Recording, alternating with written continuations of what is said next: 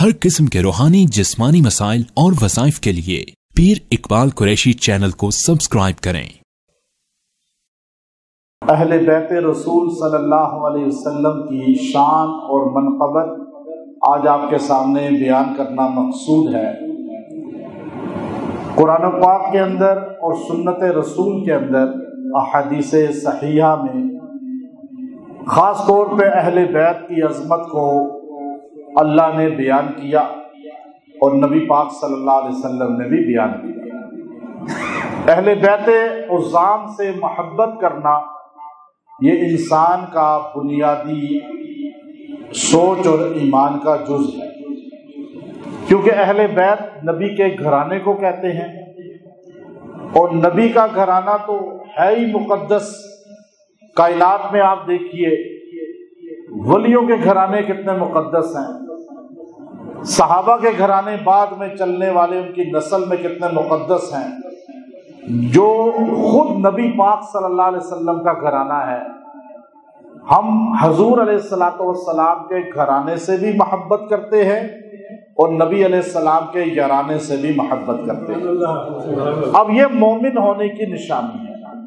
اسی بات کو باقاعدہ طور پہ ابن تیمیہ رحمۃ اللہ علیہ نے اپنی کتاب کے اندر لکھا اور باقاعدہ طور پر فرمایا کہ سنی اہل سنت اس کو کہا جاتا ہے جو اصحاب رسول صلی اللہ علیہ وسلم کی تعریف کرے، اہل بیت رسول سے محبت رکھے۔ اب یاد رکھیے امام ابن تیمیہ نے اس پر بڑا لمبا چوڑا اپنی کتاب منہاج السنہ میں لکھا اور دلائل کے ساتھ فرمایا اہل بیت میں سے کسی ایک کی بے ادبی کرنے والا اہل سنت نہیں رہتا۔ پھر عقیدہ طحاویہ، وہ ہمارا سب سے مضبوط عقیدہ ہے، کتاب ہے عقیدے کی، جو شرق غرب میں پڑھائی جاتی ہے، عرب و عجم میں پڑھائی جاتی ہے۔ اور قال طحاوی، امام طحاوی رحمۃ اللہ علیہ اس میں خود فرماتے ہیں کہ اہل سنت کی نشانی یہ ہے کہ جب بھی وہ ذکر اہل بیت کرتا ہے تو خیر ہی غالب ہوتی ہے۔ جو کسی ایک اہل بیت رسول میں سے کسی کی گستاخی کرے گا وہ سنی نہیں کہلائے گا، وہ اہل سنت میں سے نکل جائے گا۔ اور یہ بات عقیدہ طحاویہ کے اندر جامع الفاظ میں لکھ دیا گیا۔ اہل بیت سے محبت ہمیں کیوں ہے اور کیوں محبت کرنی چاہیے، تو قرآن پاک سب سے پہلے بیان کرتا ہے۔ قرآن پاک میں اللہ رب العزت نے ارشاد فرمایا قُلْ لَا أَسْأَلُكُمْ عَلَيْهِ أَجْرًا إِلَّا الْمُوَدَّةَ فِي الْقُرْبَى۔ سورہ شورى میں اللہ فرماتا ہے میرے پیغمبر اپنی زبان مطہر سے آپ یہ جملہ ارشاد فرما دیں، کلام اللہ کا ہے، زبان رسول اللہ کی ہے، اور فرمایا میرے پیغمبر آپ اپنی امت کے لوگوں سے کہہ دیں، اے میری امت کے لوگوں، قیامت تک آنے والے مسلمانوں، جو محبت رسول کا دعویٰ کرتا ہے، جو عشق مصطفیٰ کا دعویٰ کرتا ہے، وہ یہ بات سن لے۔ قل، میرے پیغمبر آپ فرمائیے، لا اسألکم علیہ اجرا، میں تم سے کوئی صلہ نہیں مانگتا، میں کوئی سوال نہیں کرتا۔ محمد عربی صلی اللہ علیہ وسلم فرما رہے ہیں گویا کہ میری امت کے لوگوں، آپ فضائل صدقات پڑھیں، آپ فضائل اعمال پڑھیں، آپ مولانا یوسف رحمۃ اللہ علیہ کی حیات الصحابہ کو پڑھیے، آپ جو سیر کی کتب کو پڑھ کر دیکھیے، آپ بڑی بڑی کتابوں میں دیکھیں گے سرکار دو عالم صلی اللہ علیہ وسلم نے کتنی صعوبتوں کو برداشت کیا، کتنی اذیتوں کو برداشت کیا مکہ کی گلیوں میں، جہاں آپ کو صادق اور امین کہا جاتا تھا، جہاں آپ کے چرچے تھے، ہر بندہ آپ کی تعریف کرتا تھا، لیکن جب آپ نے کلمہ توحید کو بلند کیا، انہی گلیوں کے اندر آپ کو پتھر مارے جانے لگے، انہی گلیوں کے اندر آپ پہ گند پھینکے جانے لگا، انہی گلیوں کے اندر آپ کے رستے میں کانٹے بچھائے جانے لگے، انہی گلیوں میں آپ پر اوجڑی پھینکی جاتی تھی، آپ کو گالیاں دی جاتی تھی۔ پہلے صادق کہنے والے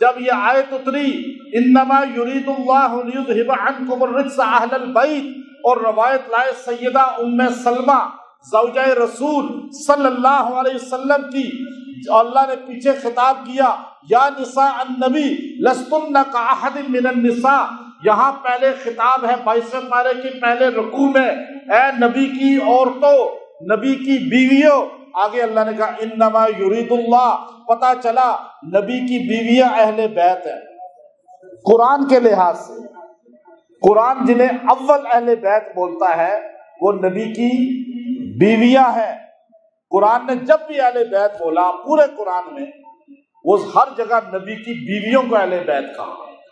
اب اللہ نے کس کو کہا اہل بیت؟ نبی کی بیویوں کو۔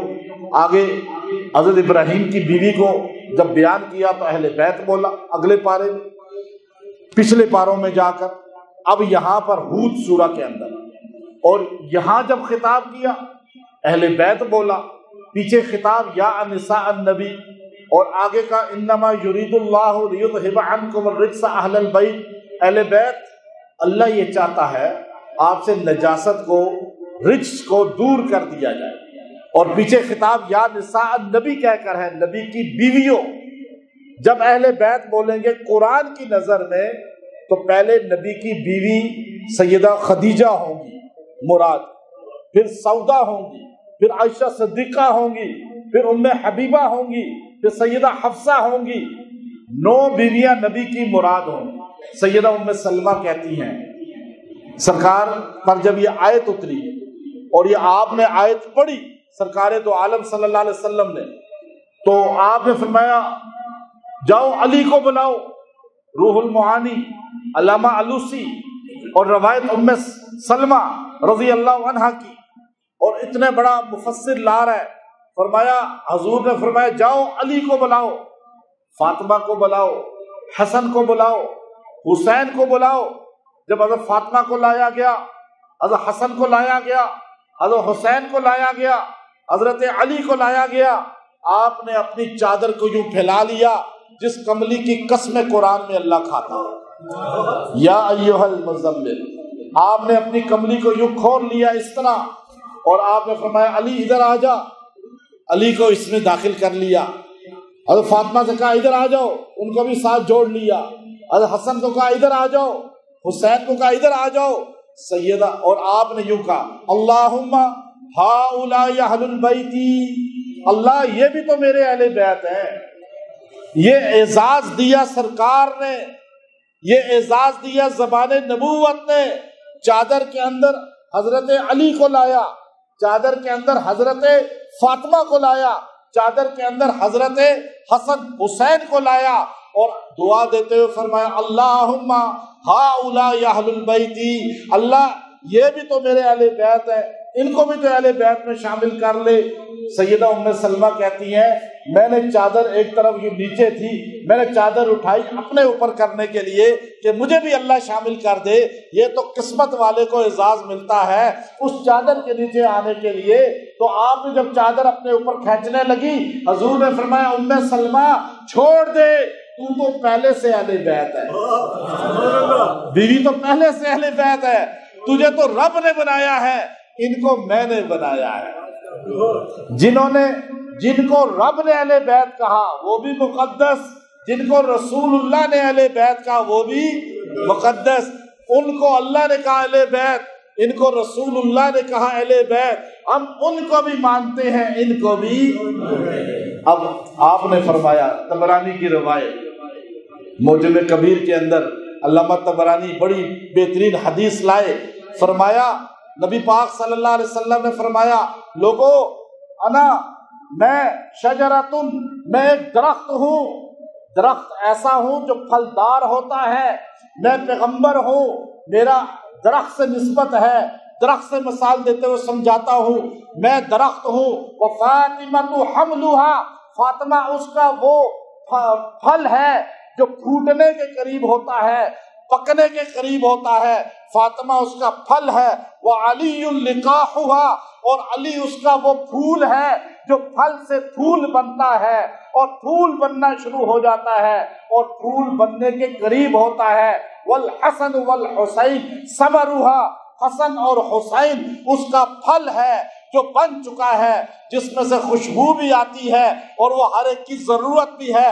والمحبون اہل البیت ورقھا، اور اہل بیت ان علی، اس فاطمہ، اس حسن حسین سے محبت کرنے والے اہل بیت سے، والمحبون اہل البیت ورقھا، جو محبت اہل بیت کرتے ہیں وہ اس کے پتے ہیں، پتے۔ اور فرمایا کہ یہ پتے جو ہے جو اس درخت کے ہیں یہ لازمن والمؤمنون حقا حقا، یہی تو اصل مومن ہے جن کو مومن کہنا حق ہے۔ اب یہ مثال مجمع طبرانی کے اندر آئی، پھر آپ نے فرمایا، آپ دیکھیے آپ صلی اللہ علیہ وسلم، پھر آیت اتری، قل لا اسألکم علیہ اجرا الا المودۃ فی القربى۔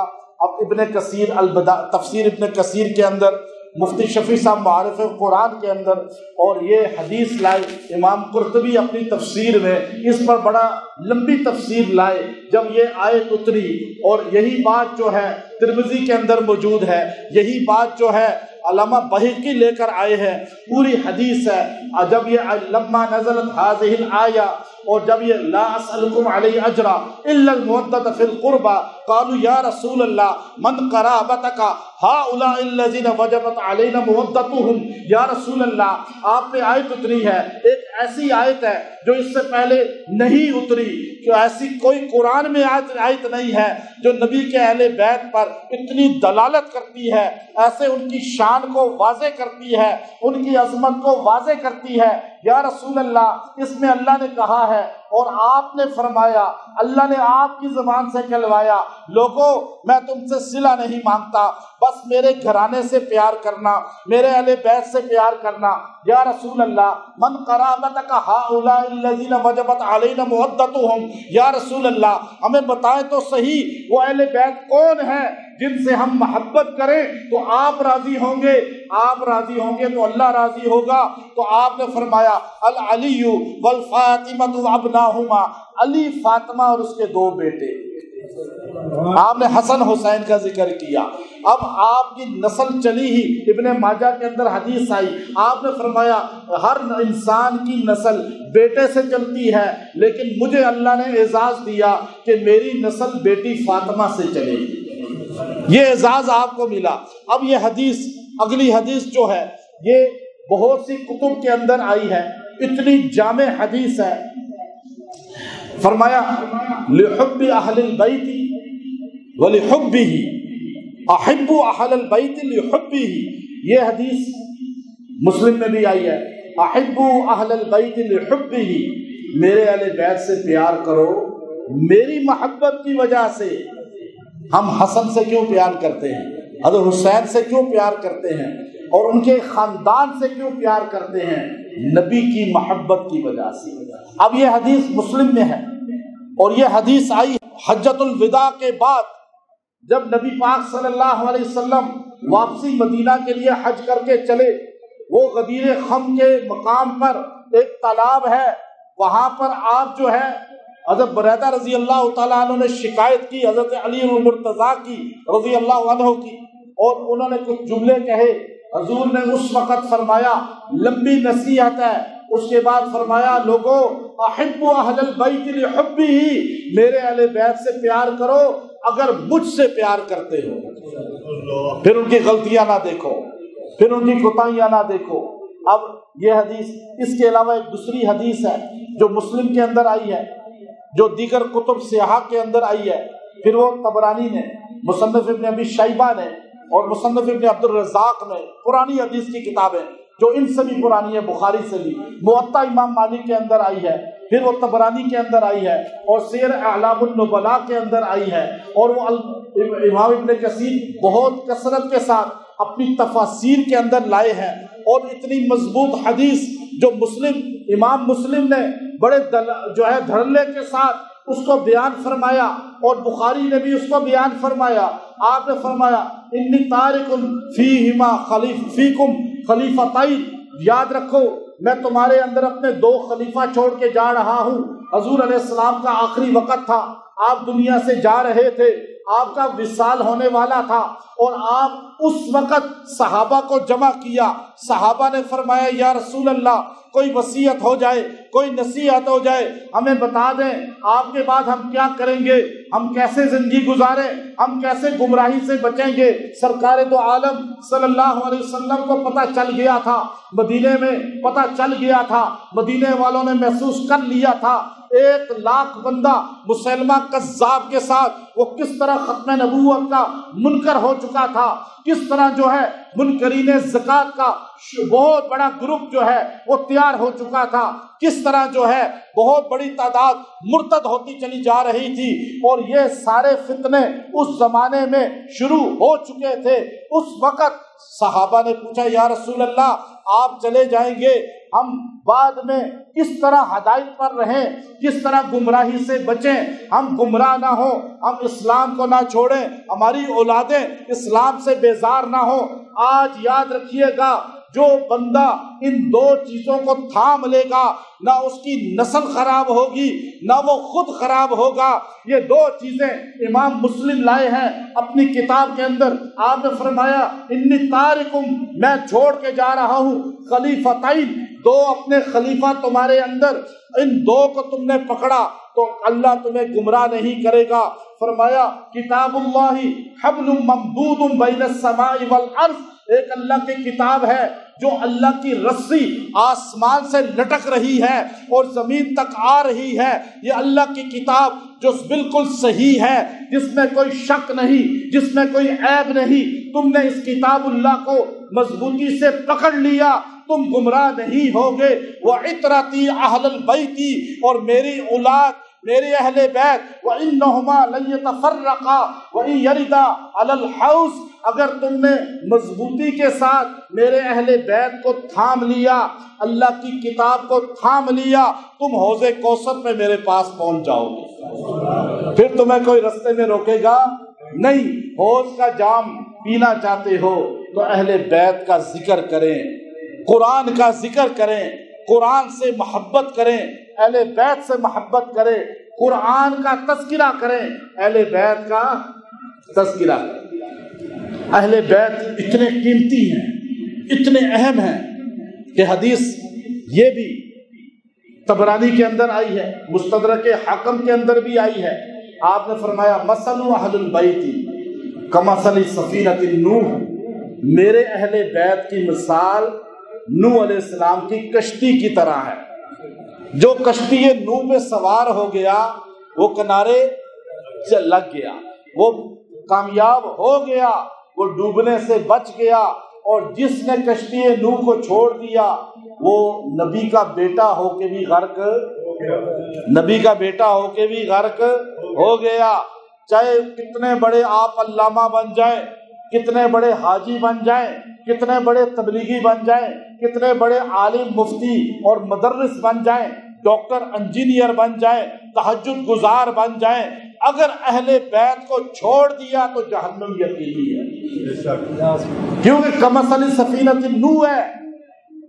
نوح علیہ السلام کی کشتی سے مثال دیتے ہوئے فرمایا کہ اہل بیت کو چھوڑنا نہیں ہے. اہل بیت کا ذکر یہ تو نہیں کہ جی مجھے پیار ہے تو ذکر کرے نا، جس کا پیار ہوتا ہے اس سے ذکر.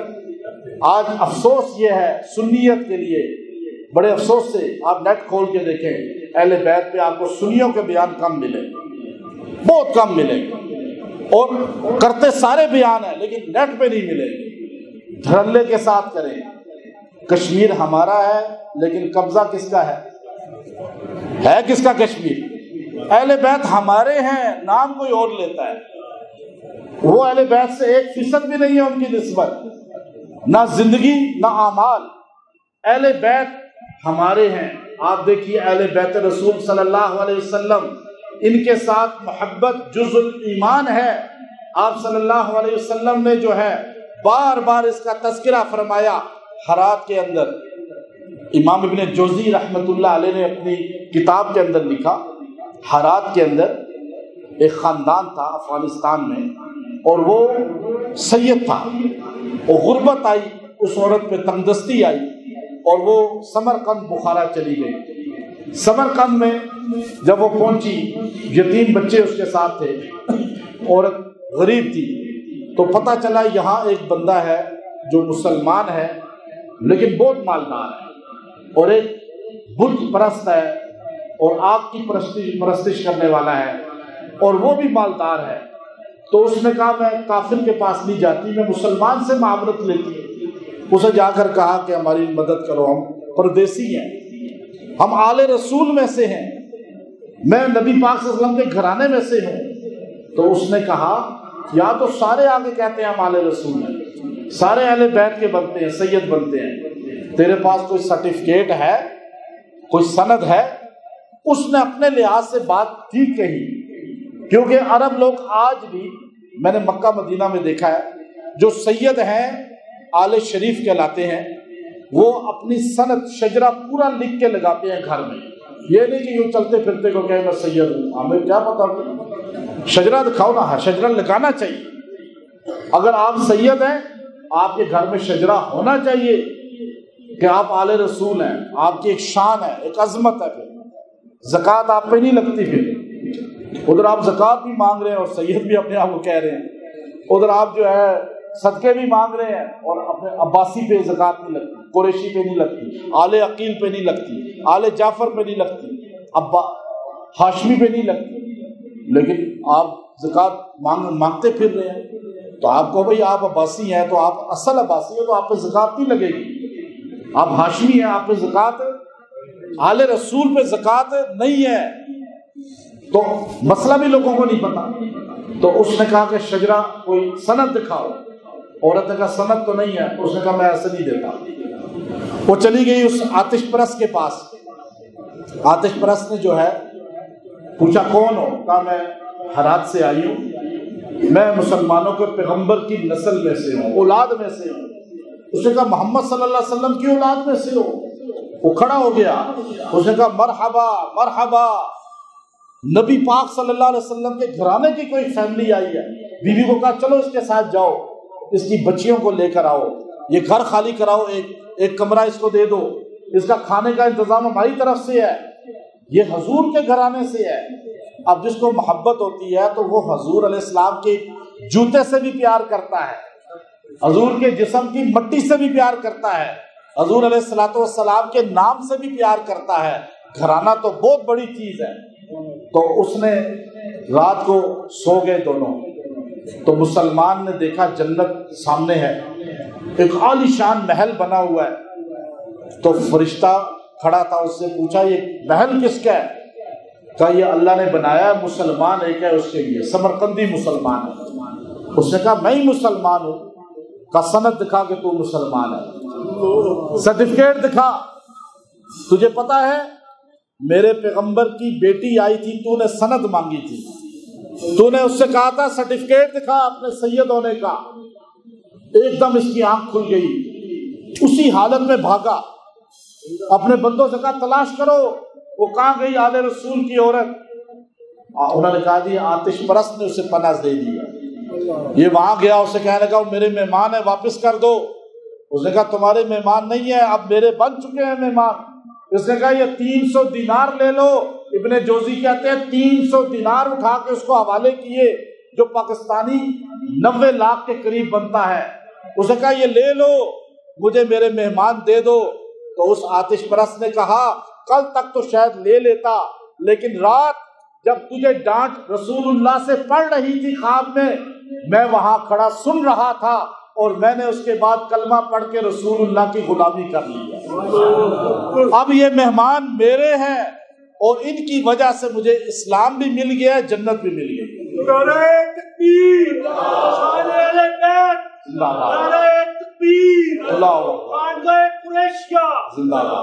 ذکر معاویہ رضی اللہ تعالیٰ عنہ نے کیا، ابھی اسی پہ حدیث سناتا ہوں، اور حدیث کی کتاب ہے مسند فردوس، شاید آپ نے نام نہیں سنا ہوگا۔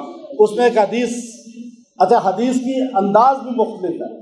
سیدنا علی رضی اللہ تعالیٰ عنہ اور سیدنا معاویہ رضی اللہ تعالیٰ عنہ دونوں اس حدیث کے راوی ہیں۔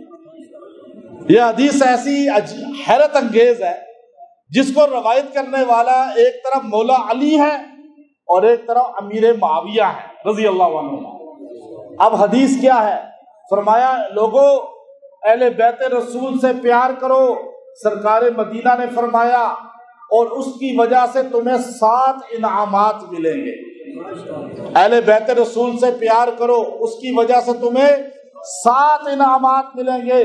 فرمایا ایک انعام عند الوفات، موت کے وقت تمہیں کلمہ مل جائے گا، اور فرمایا دوسرا انعام عند القبر، تمہیں قبر میں سرکار دو عالم کی زیارت ہو جائے گی، تمہیں منکر نکیر کے سوالات میں سہولت ہو جائے گی، تمہیں عذاب قبر سے بچا لیا جائے گا، تمہیں قبر کی وحشت سے بچا لیا جائے گا۔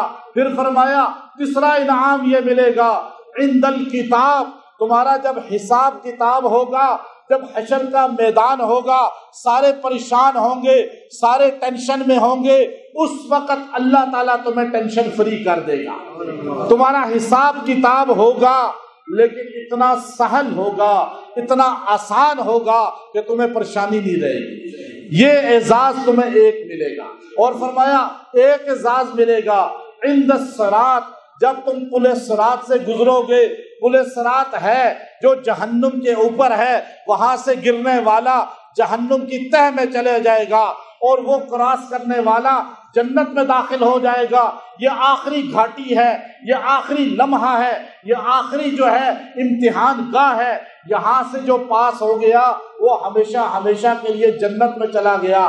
فرمایا جب تم پل صراط سے گزرو گے، اہل بیت کی محبت تمہیں پل صراط پار کرا دے گی۔ اور فرمایا تمہیں ساقی کوثر نبی پاک صلی اللہ علیہ وسلم کا جام پلایا جائے گا، حوض کوثر پہ تمہیں بلایا جائے گا۔